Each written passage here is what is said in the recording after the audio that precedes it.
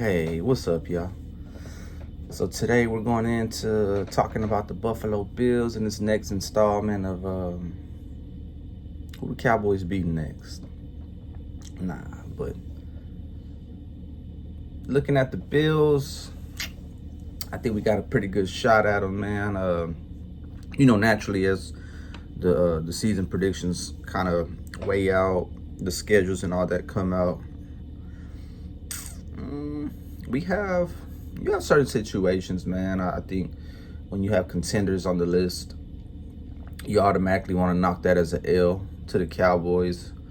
So that just kind of gives you the climate of kind of the league, man. They don't quite think you're one of the bona fide contenders, but you're good enough to beat average teams. So we're talking about a contender today.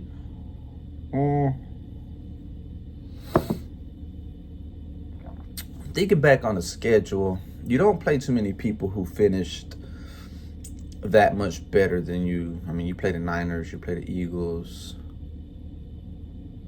That's it. That's the only people that finished better than you. So the Bills are kind of in the same boat that you are. It's just that they have a quarterback in Josh Allen, in which in most people's rankings, he's a top 3 quarterback. But I breaking down their roster, we'll talk about it. And then I've been listening to a couple Bills guys, and I'll talk to you about what I kind of got from them, and everything that I can remember. But let's just go down their roster. We'll start at the quarterbacks. Josh Allen. So as a fan, you'll have to kind of accept the fact that most people feel like Josh Allen is a way better quarterback than Dak Prescott. I don't fully agree. Josh Allen has played in bigger games. He had the one moment, against Kansas City where they're going back and forth and they lost the game, but he was, scoring at will, and that was so amazing. But Josh Allen is, I would just say that Dak's not that far from Josh Allen. If you're really being honest about it, I know you got the Shady McCoy with the, don't ever put Dak in the same conversation as a Josh Allen, but I don't know. I'm gonna say he's elite because everyone else says it, but I don't know. So, we can notch the quarterback position to them just because that's the non-homer thing to do. Non-homer. But I like my quarterback now. And maybe if Josh Allen was our quarterback, I'd feel different. Definitely feel different. But I don't see it like Romo to Manning, like when you used to compare when you had Romo, and you knew he wasn't no Peyton Manning. But I don't see that with Dak and Josh. Josh is just you can give him the nod though. And then you have the running back position. They have a room committee: James Cook, Nyheim Hines, Latavius Murray, Damian Harris. I like Tony Pollard on the field. He's way more of a threat. So I actually saw those Madden rankings, and I'd argue that Tony Pollard at least deserves a 90. I don't think it's his fault that he's been kept on the bench. I think from the sample size that you watched him play with, you should be able to put, TP at a 90, a 91, something like that.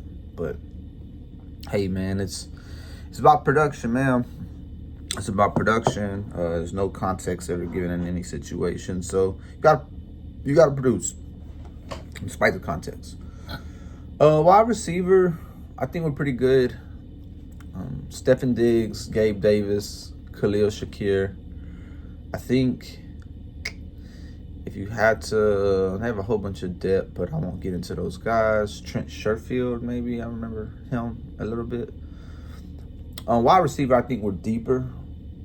Again, Stephon Diggs, he tends to be a higher ranking wide receiver than CD Lamb.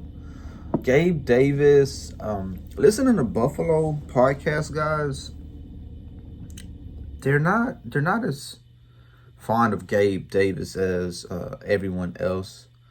I think when you talk about the Buffalo receivers, that's one of the guys that's often thrown out. But he's more of a deep threat kind of guy. I think that was really definitely the way that the Buffalo guy described him. But he doesn't have too many tricks up his sleeves as far as wide receiver. One trick pony kind of guy, just go deep. So I think Brandon Cooks is going to do a lot more for you than what Gabe Davis can do for Buffalo. So I like our wide receiver room over Buffalo's. I mean, you have Stephon, but we have CD, So, I mean, and again, my argument is Stephon's not that much greater. Like if you were talking about a Stephon Diggs to Michael Gallup gap, then, that's different. But Stephon to CD gap is not significant enough for you to look at Buffalo's receivers like they're that much better. So I take our wide receiver room over Buffalo's for sure. I think only time, in my opinion, when you go against the room is when you have one guy in that room who is just head and shoulders that much better than anybody in your room. And again, in Stephon Diggs' case, it's not like that with CD. He's just not head and shoulders. Like he might be like, I don't know, a forehead above CD, but not like head and shoulders. You know what I'm saying? So tight end, Dawson Knox, Dalton Kincaid. That's a good tandem, man. That's a good tandem. I think Knox, he kind of broke out last year for Josh Allen. I'm gonna go check on his stats. Now I say broke out, but he had Dalton Schultz numbers. So, I mean that's respectable. 517 yards and 6 touchdowns. So, I'm guessing if you're a tight end getting over 500 yards, that's respectable. But they'll have a two-headed monster there. Dawson Knox and Dalton Kincaid. That's not a bad tandem. Kincaid, of course, being the rookie. So we still got to see. But I think Josh Allen could try to make it work. Tight end room, we'll give them the nod, man. Again, we're just in that position with the tight end room. Until we see someone break out, until we see Dak inevitably use the tight ends the way he always uses them, we just got to kind of give it to the other people. Offensive line. That's been something I always kind of try to dive into because, O-line can make or break you. And from what I remember, it's been a couple of days that I've been kind of taking in. The Bills' O-line it's an average one. You got a better offensive line than the Bills. Deion Dawkins and Mitch Morse, that's their left tackle and center, were kind of described as guys that can get the job done, right? They're solid guys. They're your Biadishes of the world, and maybe not even Biadish. I think Biadish might be. We might see his best year from him coming up. But yeah, so these guys aren't by any means. I only worry about the elite. I only worry about the elite period. So when they talk about offensive line, I don't. Those two guys, Dawkins and Morse, they're not upper echelon kind of guys, but they're very solid. They're not super liabilities, but they're not good enough to keep a dominant defensive line from getting to your quarterback, if that makes sense. So, but they're solid enough to where your quarterback's not going to get killed all the time either. So, left guard, Connor McGovern. He came from the Cowboys. I think he's the money they paid him. He's looking to start at left guard. Buffalo people, any Buffalo people kind of watching up until this point. He'll be like kind of like a Mitch Morse and Deion Dawkins if that's the way they were describing him. Not a bad guy. Connor McGovern wasn't horrible. He just wasn't great. And I think, you don't, I like the Cowboys kind of way of going about, not paying guys who aren't great. And he wasn't even like a Jalen Smith flashy to where, if he comes to you with a cheap contract, you're like, oh, well, yeah, we'll do it. So, nah. McGovern will be another solid piece. From what I heard about their left guard last year, he was horrible. So, definite upgrade from horrible to solid. That's still an upgrade. Ryan Bates, right guard, if I'm not mistaken, is he'll be battling with Osiris Torrance. He was the rookie guard from Florida.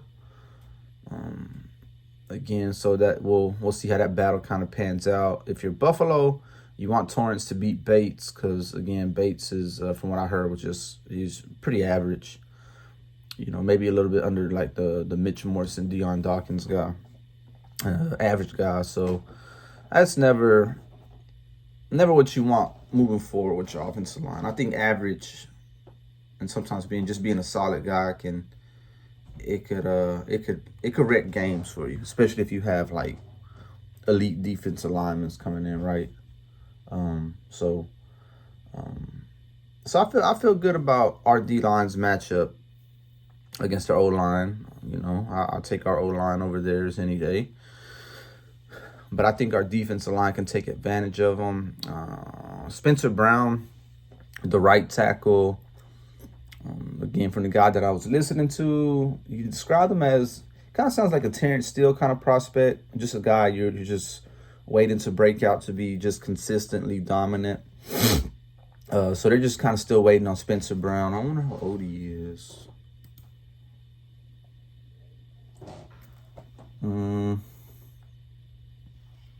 Round 3 pick from 2021.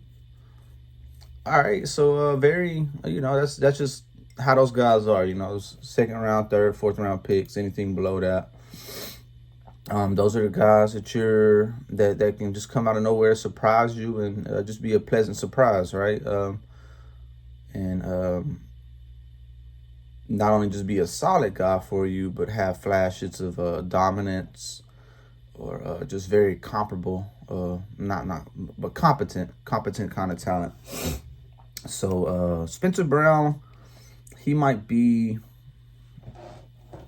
their best lineman, or on his trajectory might have him, potentially being the best lineman.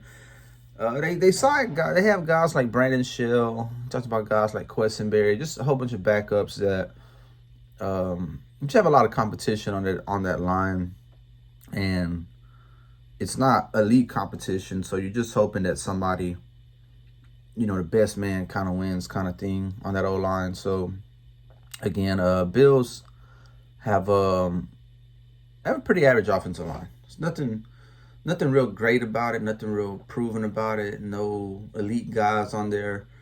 And having an elite D-line, you should be able to take advantage of that. You should be. All right. I apologize about this little flip, by the way, y'all. In my hair, just woke up. Try to throw some water in it, but it's whatever. All right. So defense, they play a 4-3 base defense. Again, that's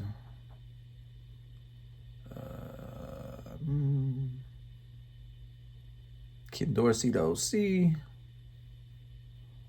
DC is...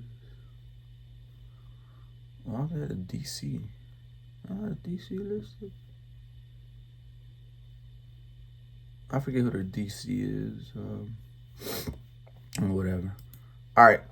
So defensively, they got a pretty good defensive line, man. They're pretty stacked. A lot of competition. Again, I'm not too crazy about their linebacker situation. Klein, Milano.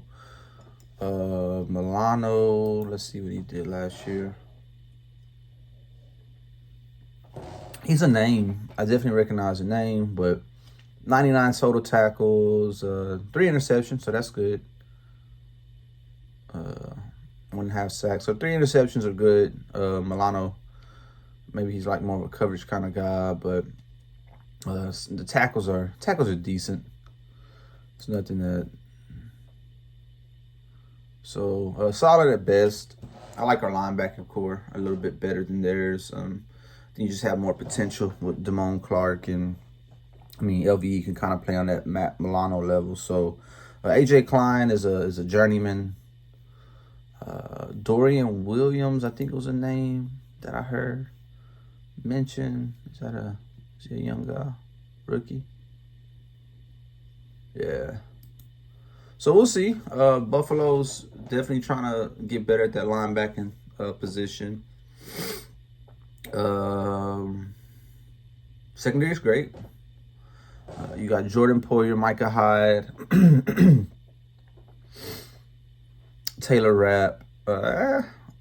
Just based off of reputation and Pro Bowls, I think you would take the Bills safety position. But I don't watch enough Bills football to like really see why these guys are, constantly considered the top safeties and safety tandem in the league. But okay, I guess you kind of got to give them the safety group just based off of reputation.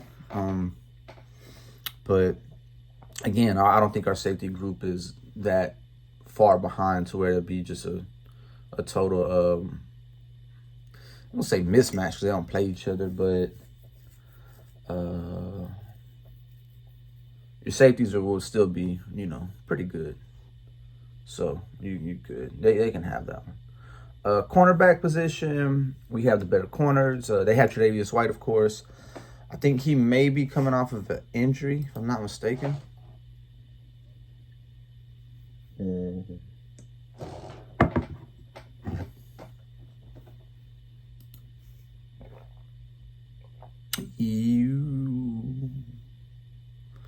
Yeah, he coming off an injury. So he got hurt last year. Didn't play a lot. So we'll see what Trey White can do. Kind of moving further away from those days where he was just put up there with those lockdown corners. And I know he's most likely still got it, but just something to keep an eye on for Buffalo. And Kyer Elam is, he's not by any means a household name, so you'll take Gilmore and Diggs over that. I like our wide receivers' ability to match up against their corners, their safeties. They may make things a little hard for you as far as your running game and playing those young tight ends. So you got to take advantage of the corners for sure, and then take advantage of their average kind of linebacker play. So you can do that. You can challenge the defense, but on the D line, man, it's just a lot of names. I still feel like you have a better pass rush, especially with Micah, and in their case, Von Miller creeping up there in age, coming off an injury, and that's kind of who they're hoping to be their best pass rush. They got guys, other than Von Miller. They got Leonard Floyd. Greg Rousseau is going to be someone who everyone should look out for. AJ Epinesa and Boogie Basham are great rotational guys. They're pretty deep, honestly, at pass rush. So it might be a situation where they might let go of a Boogie Basham, or AJ Epinesa might have to start challenging a little bit, or I don't know, because you got guys like Leonard Floyd on a 1-year rental. So a lot of names on that edge. but I just think they'll never have someone as dominant as Micah. And our O line, I feel like is a little bit better. So I think our O line can kind of challenge a lesser kind of pass rush, as opposed to their lesser O line trying to take on a great pass rush. So I think when it comes to that matchup of who can handle whose pass rush better, I think it's we have the advantage for sure.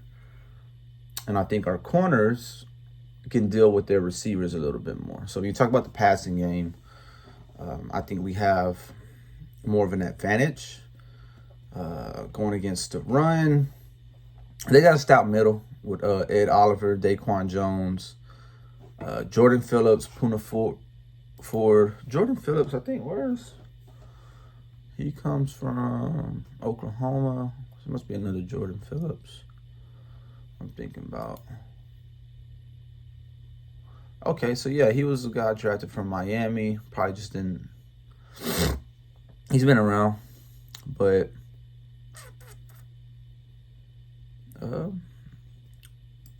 probably pretty good depth, defensive tackle kind of guy. Maybe plays the one. But Daquan Jones and Ed Oliver, they should be a pretty good tandem. Ed Oliver, you gave him big money. Another one of those big money one techs that, just kind of become popular over the last couple seasons to, pay your big boys up front. Not the pass rusher either. Bill should, with Ed Oliver, should be pretty stout against the run. I think their interior may be a little bit more proven than yours, but you just have to, it's a wait and see kind of approach. So their DTs, we'll kind of give them a nod. But the only thing is I think that we have a strong interior. Zach Martin, he just pay that man. Biotish and Smith, I just think that would be that's a better matchup against Ed Oliver and Daquan Jones than our DTs going against Connor McGovern and Mitch Morse and Ryan Bates or Osiris Torrance, whoever starts. But yeah, that's just breaking down the Bills, looking at them, man. They're a real good team. But so are we. And just looking at their roster, I think you just have a lot of favorable matchups again. Their offensive line and our defensive line can just kind of make things look a little bit different. The outcome of the game. So I know we're going to be underdogs in this game. Buffalo still has a bit of a mystique about it. People still are willing to make them more of a bona fide contender than you. And as we know with all bona fide contenders, we're going to lose to all of them apparently. So do what you want with that. But I'm not. I like, because the thing, like, Buffalo's been competing, and so when you look at your roster compared to theirs, like, wow, well, we're not doing bad. We're not doing bad. I mean, talent for talent, but we have a lot of areas where, running back, wide receiver, the offensive line, your ends and pass rushers, your linebackers are better, and your cornerbacks are better. I would only give Buffalo the nod at safety, interior, defensive line, and tight end. And I'll give you quarterback again because I'll give it to you, but I don't. It's like comparing Stephon Diggs and CeeDee Lamb. Like, yeah, they'll be higher on top 10 lists. Like, every top 10 list you look at, those two guys will be higher than our guys.